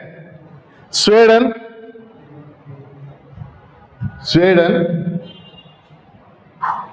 నార్వే, ఇది నార్వే. డెన్మార్క్, అర్థమైందా? ఇప్పుడు చూడండి, ఇది గ్రీన్లాండ్ అని ఉంది, ఇక్కడ చూడండి, ఈ వైట్ అంతా గ్రీన్లాండ్. ఈ వైట్ కనపడుతుందా మీకు? వాస్తవంగా గ్రీన్లాండ్ డెన్మార్క్ది. ఈ కింద చూడండి డెన్మార్క్ అని. మొన్న రోజు Donald Trump all of A sudden Greenland మాదే అని ఎప్పుడేం మాట్లాడతాడో కూడా తెలియదు. డెన్మార్క్ వాళ్ళు అబ్జెక్ట్ చేశారు, మీది అది మాది అయితే అని చెప్పి. ఇట్లా ఉంటాయి అన్నమాట తగులు. Okay, Finland very famous country. యాక్చువల్గా చాలా నేనైతే ఈ మోడల్ కంట్రీస్ అండి. నార్వే, స్వీడన్, డెన్మార్క్ ప్రపంచంలో మానవాభివృద్ధిలో మొదటి స్థానాల్లో ఆ దేశాలు ఉంటాయి. మానవాభివృద్ధి అంటే తెలుసు కదా మీకు, విద్య, ఆరోగ్యం, అక్షరాస్యత, వీటన్నిటిలో నెంబర్ 1 ప్లేస్. హ్యూమన్ డెవలప్మెంట్లో ఎప్పుడూ ఫస్ట్ ప్లేస్ స్వీడన్. అడావిడేమి ఉండదు, నిరుద్యోగం ఉండదు, అందరికి ఇళ్ళు ఉంటాయి, అందరికీ ఆరోగ్యం ఉంటాయి, అందరికీ బట్టలు ఉంటాయి. రాజకీయ నాయకులు అడావిడేమి ఉండదు. ఆడ ప్రైమ్ మినిస్టర్ కూడా సినిమాకి నడుచుకుంటూ వెళ్తాడు లావిడితో కలిసి. ప్రైమ్ మినిస్టర్ కూడా పార్క్ వచ్చి మొక్కజొన్న కంటి తింటూ ఉంటాడు. అంటే అలాంటి దేశాలు అవి. నార్వే, స్వీడన్, వీటిని స్కాండినేవియన్ కంట్రీస్ అంటారు. ఏమంటారు? Okay, next west Europe. West Europe ఈ ముఖ్యమైన దేశాలు west Europe. England,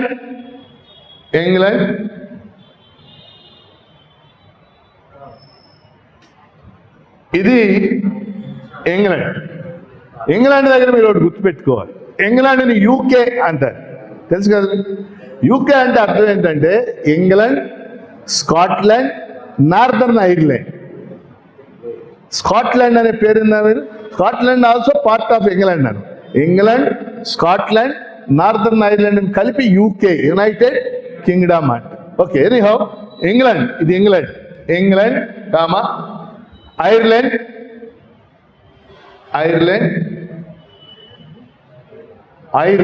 comma Spain, comma Portuguese,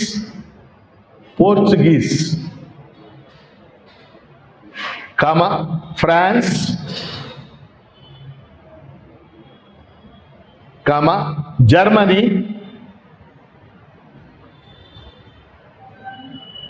comma Italy,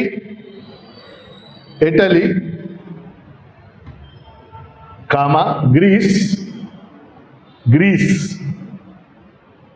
comma Switzerland,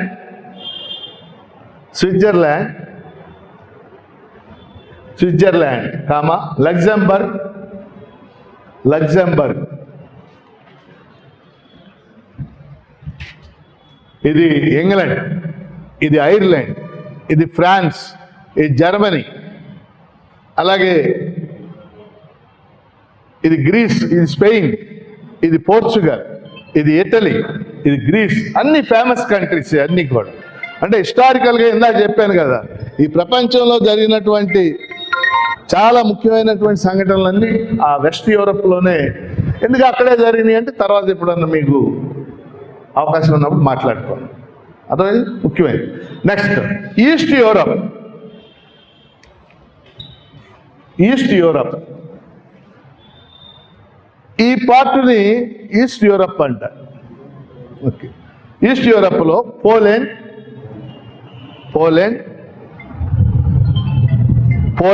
comma Hungary, HUNGARY, Hungary, Bulgaria,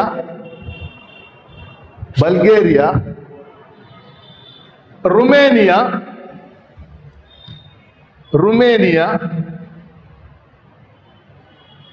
Albania,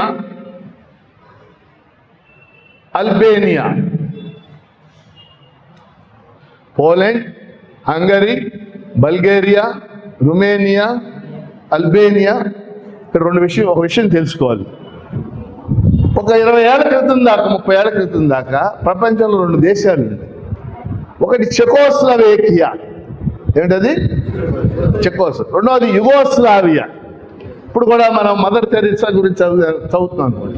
mother Teresa ఎక్కడ పుట్టిందంటే యుగోస్లావియాలో పుట్టిందని చదువుతుంది. అర్థమైంది?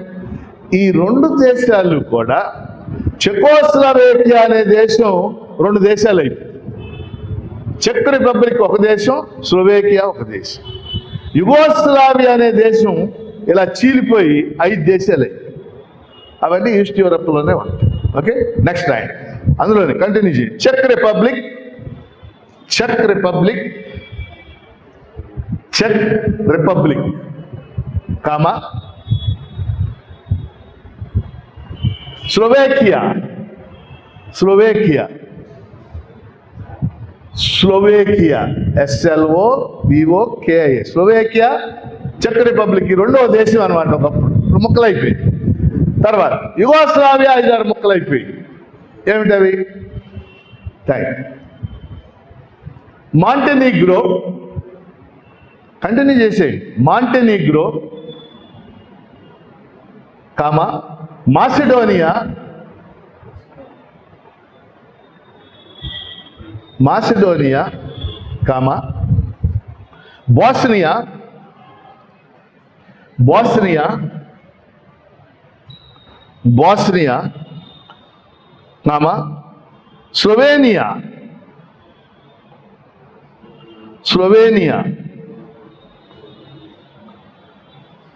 Comma Croatia, Croatia, CROTIA, Croatia. ఇప్పుడు చివరి చెప్పిన 5 ఉన్నాయి చూశారు. చివరి చెప్పిన 5 అర్థమైందేమి? చివరి చెప్పిన 5 ఓ 30 ఏళ్ల క్రితం ఒకటే దేశం. ఏమిటది? Yugoslavia.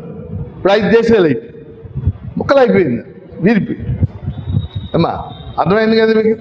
Next line, next point, Baltic countries. Baltic, BALTIC, Baltic countries. ఇక్కడ ఇది బాల్టిక్ మహాసముద్రం. ఇది నేను వేరు పెట్టి తిప్పేది బాల్టిక్ మహాసముద్రం. ఈ మహాసముద్రం పక్కన 3 దేశాలు ఉన్నాయి. అవి ఒకప్పుడు సోవియట్ యూనియన్లో భాగం అన్నమాట.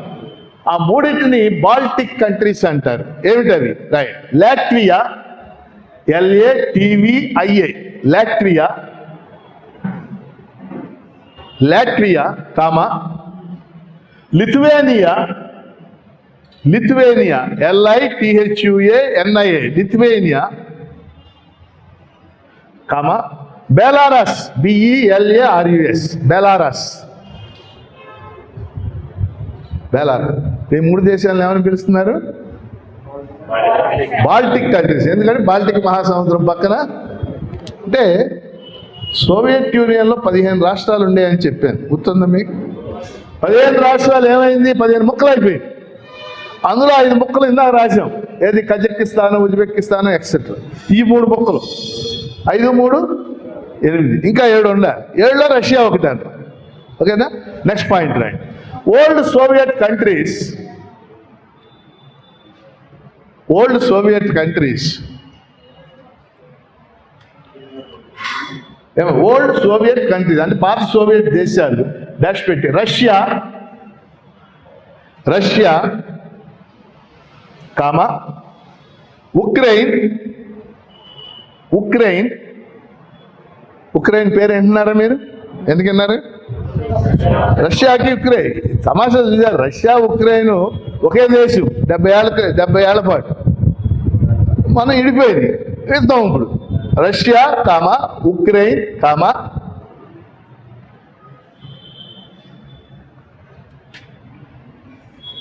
జార్జియా, జార్జియా, జార్జియా పేరున్నారా? ఈ మధ్య చాలా సినిమాలు షూటింగ్లు జరిగినాయి. Georgia, comma Azerbaijan, Azerbaijan, Azerbaijan. ఇప్పుడు మన దేశం పిల్లలు చాలా మంది దేశాలకు వెళ్తున్నారు. ఎందుకు వెళ్తున్నారు అనుకుంటున్నారు? మెడిసిన్ చదివి, మెడిసిన్ చేయటం. Azerbaijan, comma Armenia, Armenia, Armenia, comma Moldavia, మాల్డేవియా.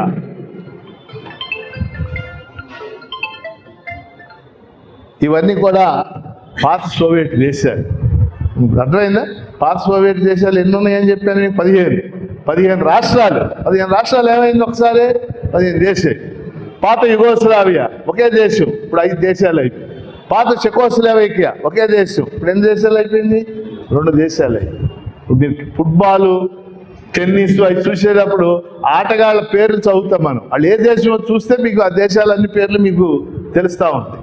అంటే కాబట్టి మనం ఇప్పుడు ఏషియా చూసాం, యూరప్ చూసాం, north America, south America, Australia. ఇంకా చూడాల్సింది ఏంటి? ఆఫ్రికా. ఆఫ్రికాలో పెద్దగా మనం డివైడ్ చేయక్కర్ల, కానీ ముఖ్యమైన దేశాల గురించి. యాక్చువల్గా ఆఫ్రికా చాలా చరిత్ర కలిగినటువంటి ఖండం, కానీ దాన్ని చివరికి చీకటి ఖండంగా మార్చేసారు.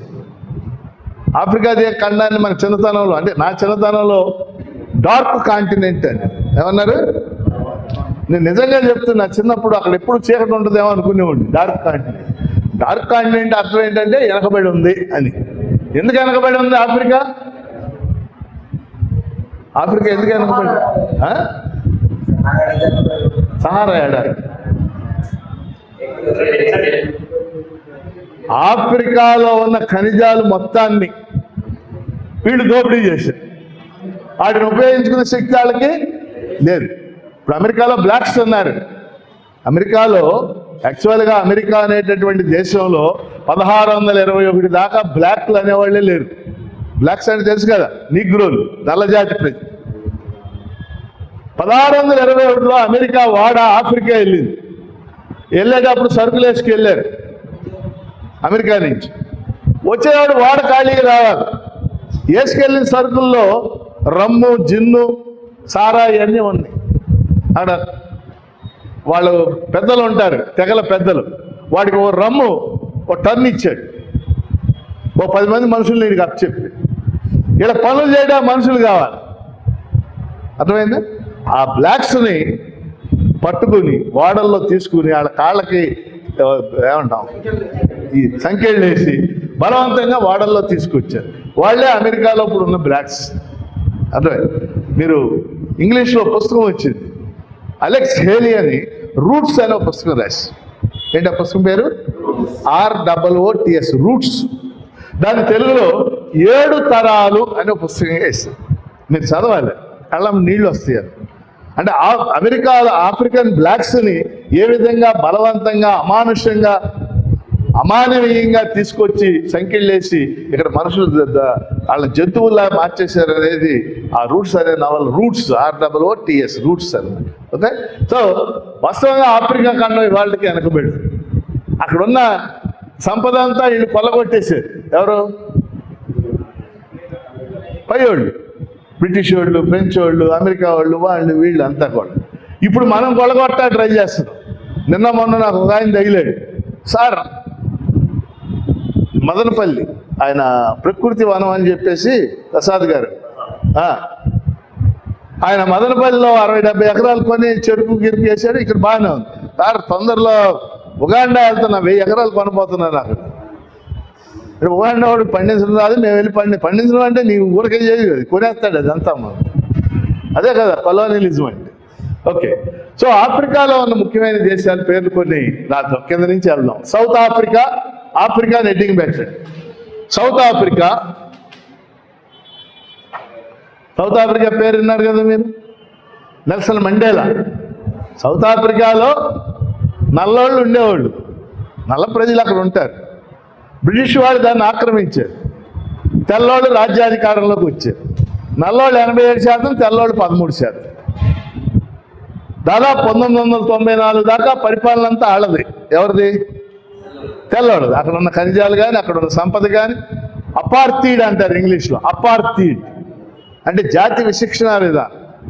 నల్లోళ్ళ పార్కులు వేరు, తెల్లోళ్ళ పార్కులు వేరు. నల్లోళ్ళ స్కూళ్ళు వేరు, తెల్లోళ్ళ స్కూల్ వేరు. నల్లోళ్ళ సినిమా హాళ్ళు వేరు, తెల్లోళ్ళ సినిమా హాళ్ళు వేరు. నల్లోళ్ళ టాయిలెట్లు వేరు, తెల్లోళ్ళ టాయిలెట్లు వేరు. అంత దారుణం కొనసాగి నెల్సన్ మండేలా పెద్ద పోరాటం చేశారు. 27 ఏళ్ళు జైల్లో పెట్టారు ఆయన. ఆ పోరాటాలన్నిటి ఫలితంగా చివరికి అందరూ సమానంగా ఉండే రాజ్యాంగాన్ని 1994లో రాసుకుని అప్పుడు నెల్సన్ మండేలా అధ్యక్షుడయ్యారు. అది పెద్ద స్టోరీ. ఆ స్టోరీని మీకు 2 ముక్కల్లో చెప్పారు. ఓకే. సౌత్ ఆఫ్రికా, సరే, Angola, Namibia, Zambia,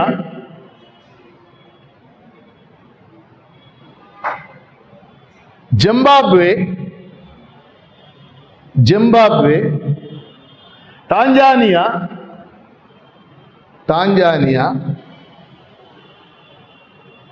Ethiopia, Uganda, మీరు కూడా వెళ్ళి కొనుక్కోండి ఎవరన్నా డబ్బులు ఉంటాయి అలా.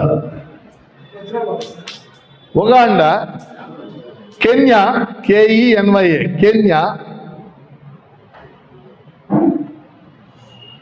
Kenya, Nigeria,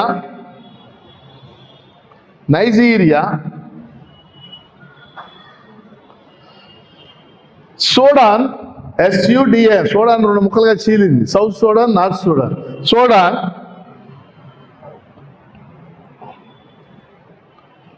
Libya,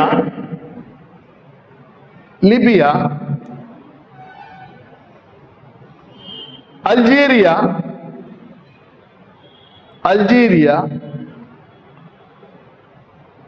టునీసియా, TUNISIA, టునీసియా,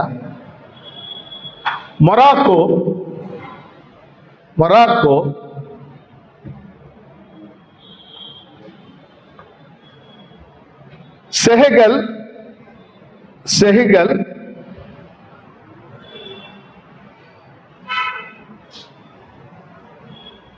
సెహెగల్, Burkina Faso, BURKINA,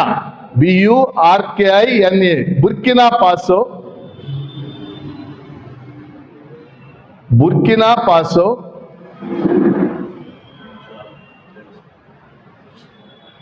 Gambia, GAMBIA, Gambia,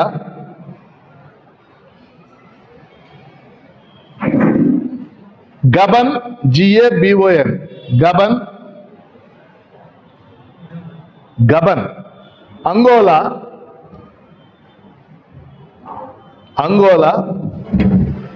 ఇంకా చిన్నవి చాలా ఉన్నాయి ఈ ముఖ్యమైన దేశం. సో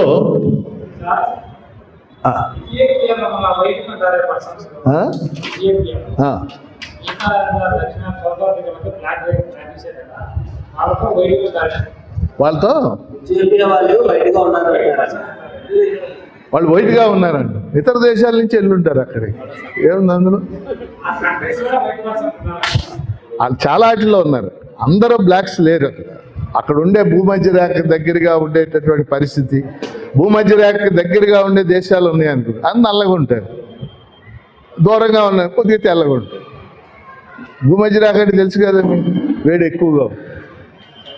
సో ఇప్పుడు మనం ఈ 6 ఖండాల్లో ఉన్నటువంటి వేరియస్ రీజియన్స్ చెప్పారు. ఈ చెప్పడంలో ఉన్న ఉద్దేశం ఏంటంటే, మీకు పేపర్లో మనం సంఘటన చదువుతాం, చదవంగానే మన మైండ్ ఆలోచించాలి, ఫలానా దేశం ఎక్కడ, బుర్కినా పాసో, మన దాని గురించి ఒక పెద్ద వార్త వచ్చింది, బంగారం గురించి. నిన్న మొరాకో గురించి పెద్ద వార్త వచ్చింది. మొరాకో ఎవరైనా చెప్తారు ఏమొచ్చిందో? మాస్టర్ గారు బాగా ఫాలో అవుతున్నాడు. బైక్ రేస్ కొన్ని వందల మంది, వేల మంది ఈదుకుంటా మొరాకో నుంచి, చూడండి మొరాకో పైన ఈదుకుంటా స్పెయిన్లోకి వెళ్ళి అవతల పక్క నుంచి వాళ్ళు కాల్పులు వెళ్ళాల అంటే ఇది ఎలాగోలా బతకాల, అక్కడ అయితే కనీసం బోధ దొరుకుద్ది. మనుషులు ఎంత ఆందోళన ఉంటారో మీరు అర్థం చేసుకోవాలి. కాబట్టి ఆ వార్త చదవగానే అరే మనం ఇది ఎక్కడ చదివాం, స్పెయిన్ అన్నాం ఎక్కడ ఉంది అది, మొరాకో అన్నాం ఎక్కడ ఉంది అది, బుర్కినా పాసో అన్నాం ఎక్కడ ఉంది అది, లేదా వెనిజులా అధ్యక్షుడిని ఎత్తుకుపోయారు ఎక్కడ ఉంది అది, ఎందుకు వెస్ట్ ఏషియాలో ఇంత ప్రేమ అమెరికాకి, అసలు అమెరికా వాడే అసలు వాడు ఎక్కడున్నాడు, ఆడాడో ఉన్నాడు మూల. ఇరాన్ ఎక్కడుంది, ఇక్కడ ఉంది. ఇరాన్కి అమెరికాకి 7,000 కిలోమీటర్లు, 7,000 మైళ్ళు, కిలోమీటర్లు కూడా మైళ్ళు. అసలు ఇరాన్లో ఏం జరుగుతుంది నీకెందుకు? అది వాడు ఏదో చేసుకుంటా ఉంటాడు, నీకెందుకు? మనం అందరం కలిసి అమెరికాని అంతర్జాతీయ పోలీసుగా ఉండమని మనం ఎన్నుకున్నాం, దాన్ని ఎన్నుకోలేదు కదా, లేదా భగవంతుడు నియమించాడు దాన్ని. భగవంతుడు రాజులు ఏం చెప్పేవాళ్ళు తెలిసి సిద్ధాంతం. రాజులు ఏం చెప్పేవాడు తెలిసి రాజులు పుట్టినన్నాడు. జేమ్స్ ఫస్ట్ అనే ఇంగ్లాండ్ రాజు ఉండేవాడు అన్నమాట. రాజులు భగవంతుని సజీవ ప్రతిబింబాలు. భగవంతుడు రాజులను ఎందుకు సృష్టించారనుకుంటున్నారు? మిమ్మల్ని పరిపాలించడానికి. మీరు పరిపాలించుకోలేరు కదా. భగవంతుడు పుట్టించి పంపించాడు కాబట్టి మీరందరూ మాకు విధేయులు అయి ఉండాలి సిద్ధాంతం. ఇప్పుడు అమెరికా అనే దేశాన్ని భగవంతుడు ఎందుకు పుట్టించాడు? ప్రపంచాన్ని నువ్వు ఎవరు ఎక్కడ తప్పు చేసినా బెత్తం పుచ్చుకుని కొట్టు. వాడు ఇరాన్ వాడు అణు ఆయుధాలు ఉత్పత్తి చేస్తున్నాడు, వాడు తాట తీసేయి. ఇరాక్ వాడు సద్దాం హుస్సేన్ సజ్జనుడు కాదు, వాడి సంగతి చూడు. నువ్వెవడు చూడటానికి? ఆ ప్రశ్న మనం రావాలి కదా. సరే, ఏమైనా డౌట్స్ ఉంటే చెప్పండి. 5 నిమిషాలు ఇంకా. Any doubts?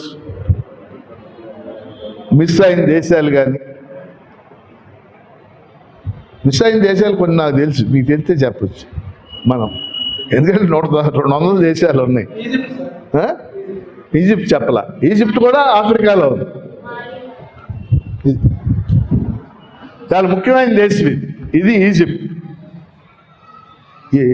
ఈ పింక్ వన్ చూశారు? Egypt is part of Africa. ఈ Egypt is famous for pyramids, history, Nile నది అని పేరు విన్నారు మీరు? మనకి నది ప్రపంచంలో ఈజిప్ట్లో ఉన్నదాన్ని నైలు నది నాగరికత అంటారు. ఇండియాలో ఉన్నదాన్ని సింధు నది నాగరికత అంటారు. అర్థమైందా? ఇరాన్లో ప్రాచీన కాలంలో ఉన్న నాగరికతని టైప్రిస్ నాగరికత అంటే మెసొపొటేమియా నాగరికత అని. మెసొపొటేమియా కదా, పర్షియా. ఇరాక్లో ఉన్నదాన్ని మెసొపొటేమియా నాగరికత అంటే నది, నాగరికత అంటే వ్యవసాయం, నాగరికత అంటే అభివృద్ధి. ఈజిప్ట్లో famous for 3. 1 Egypt pyramids, 2 Nile నది, 3 సూయజ్ కాలువ. సూయజ్ కాలువ కూడా ప్రసిద్ధి.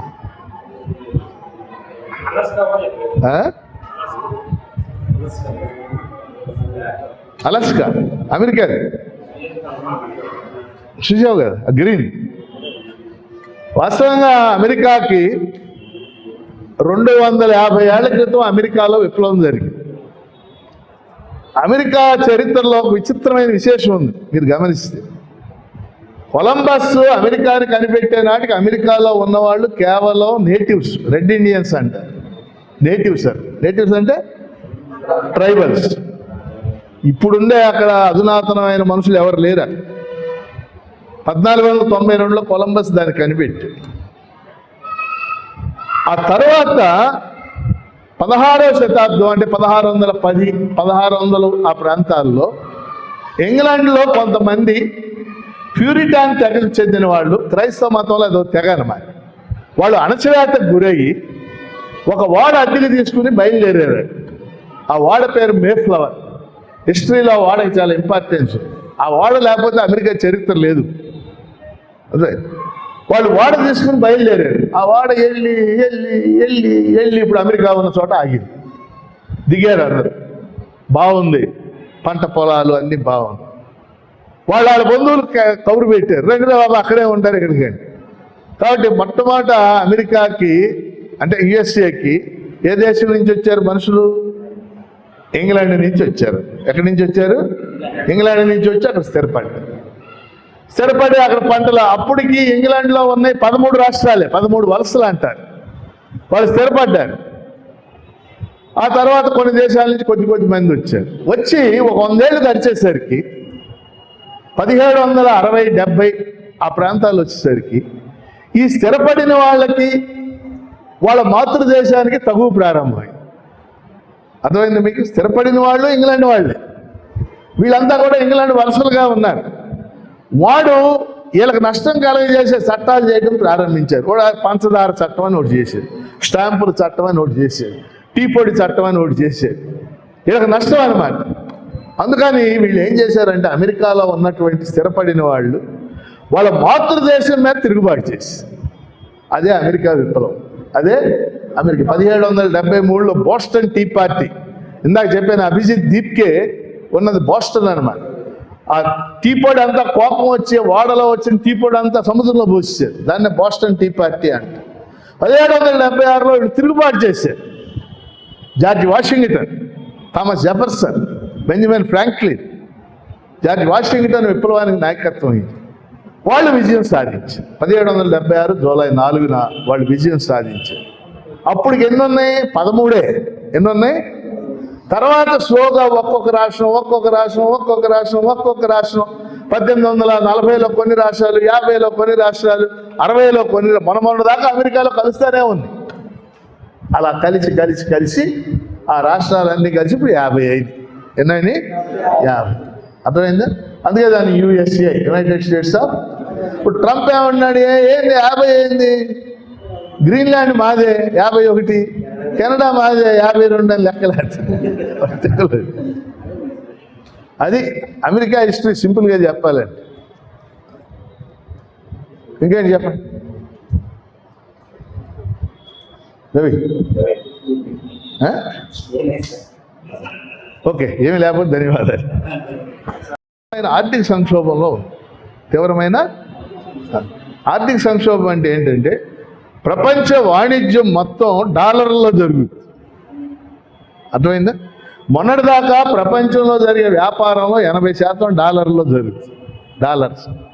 డాలర్కి విలువ. అందుకే నాకు తెలిసాక $1 = 7 రూపాయలు. నేను డిగ్రీ చదివి ఇప్పుడు $1 అది అట్నే ఉంది. మన రూపాయి ఇట్టా పడిపోయి 80% వ్యాపారం డాలర్లో జరిగేది. ఇప్పుడు అది 70%కి 64%కి వచ్చింది. అంటే డాలర్ విలువ క్రమంగా ఏమవుతుంది? తగ్గిపోతుంది. ప్రపంచ వ్యాపారంలో కూడా అమెరికా వాటా తగ్గిపోతుంది. అందుకని మొన్న అమెరికా అధ్యక్షుడిగా ట్రంప్ పోటీ చేసినప్పుడు ఈ జాగ్రత్తగా వినాలి. 2 స్లోగన్లు ఇచ్చింది ఆయన అంచులు. ఒకటి మాగా, MAGA, make America great again. మన అమెరికా ఇంకా గొప్పదవ్వాలి, మళ్ళీ మన డాలర్ విలువ పెరగాలి. అమెరికా ఫస్ట్, ప్రపంచంలో అమెరికానే మొదటి స్థానంలో ఉండాలి. ఈ 2 స్లోగన్లు ఇచ్చాడు. ఈ 2 స్లోగన్లో భాగమే ఇవన్నీ. అర్థమైంది? డెన్మార్క్ మందే అన్నాడు అనుకోండి, చాలామంది అమెరికా అబ్బా మన అధ్యక్షుడు గొప్పవాడా, వాళ్ళకి హ్యాపీగా ఉంటుంది అన్నమాట. పాకిస్తాన్ మందే అన్నాం, మనకు హ్యాపీగా ఉండదు అట్ట. అర్థమైందా? అలా అంటాకి అడే తిక్కలోడు కాదు, తెలివి అడే అవదని అడిగి తెలుసు.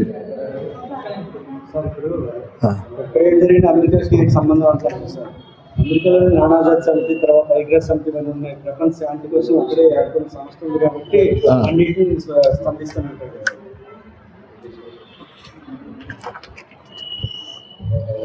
ఈయన అడిగిన ప్రశ్న ఏంటంటే ఎక్కడేం జరిగినా అమెరికా స్పందిస్తుంది. నానాజాతి సమితి, ఐక్యరాజ్య సమితి అక్కడ ఉండబట్టా. నానాజాతి సమితి అంటే ఫస్ట్ వరల్డ్ వార్ తర్వాత ఏర్పడిన ఒక శాంతి సంస్థ. అది 20 ఏళ్లలో పోయింది. 1945లో ఐక్యరాజ్య సమితి ఏర్పడింది. దాని పని ఏంటంటే ప్రపంచ శాంతిని కాపాడు. అది తప్పితే అన్నీ చేస్తూ ఉంటుంది. కారణం ఏంటంటే ఐక్యరాజ్య సమితిలో ఏ తీర్మానం పాస్ కావాలన్నా భద్రతా మండలిలో 5 రాజ్యాలు ఉంటాయి, permanent members. America, Russia, Britain, France, China. ఇప్పుడు ఉదాహరణకి యుద్ధాన్ని ఆపేయాలని ఒక తీర్మానం వచ్చింది అనుకోండి, అమెరికా ప్రతినిధి చేసి వీటో అన్నాడు అనుకోండి, ఇక ఆ తీర్మానం అమలు జరగదు.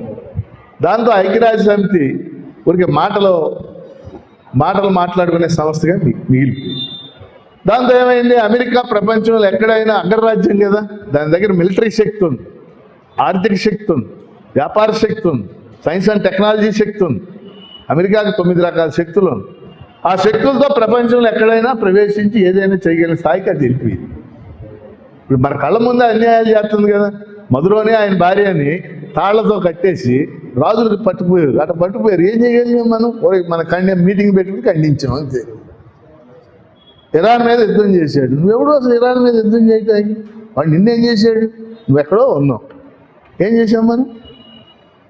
ఇట్లాంటి ఒక టన్ను ఉన్నాయి ఆయన గురించి, అమెరికా గురించి చెప్పాలని. సద్దాం హుస్సేన్ చంపేసింది. సద్దాం హుస్సేన్ ఆ గల్ఫ్ కంట్రీస్లో చాలా మంచి పాలకుడు లెక్క. ఆయన పిల్లలకు చదువు చెప్పించాడు, ఆడవాళ్ళకు చదువు చెప్పించాడు, హాస్పిటల్ పెట్టాడు, స్కూళ్ళు పెట్టాడు. మామూలుగా ముస్లిం కంట్రీస్లో మీకు తెలుసు కదా, బుర్కాలు వేసి చదువుకునేవాడు, మంచివాడు. కానీ ఆయన చంపేసింది. కావాలంటే ఇరాక్లో ఉన్న ఆయిల్ కావాలి. అర్థమైంది? లిబియాలో కల్నల్ గడాఫీ అని ఉన్నాడు, చాలా మందితో పోల్చుకుని వాళ్ళు మంచూరు అని చంపేసింది. కారణం ఏంటి? లిబియాలో ఉన్న ఆయిల్ కావాలి, ప్రయోజనాలు.